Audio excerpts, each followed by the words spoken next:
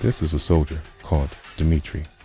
He was part of the Red Army, and he fought for the Soviet Union during World War II, and this is his story.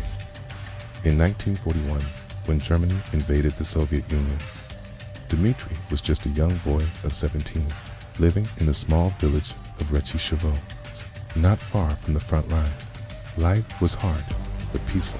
All changed when German soldiers came to his village looking for food. They took everything they could find and left the villagers with barely anything to eat. This went on for weeks.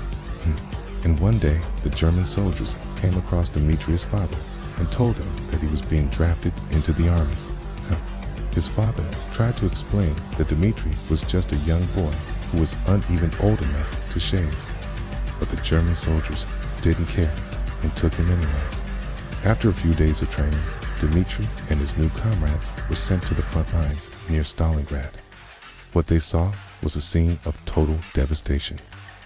Homes were burnt and destroyed, corpses littered the ground, and the smell of death hung heavy in the air.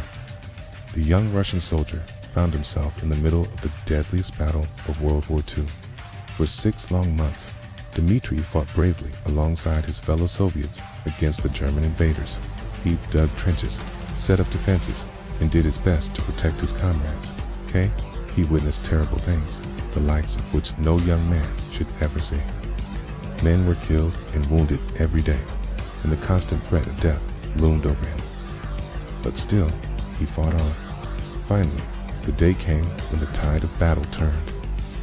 With the help of the British and American forces, the Soviets pushed the Germans back, and by May 1945, Germany had surrendered. Dimitri survived the war and returned home a hero. He had fought in some of the most intense battles of the war and had seen things no one should ever witness. But he had also saved his country and his people from the Nazi invaders, and for that, he deserved our utmost respect. The end.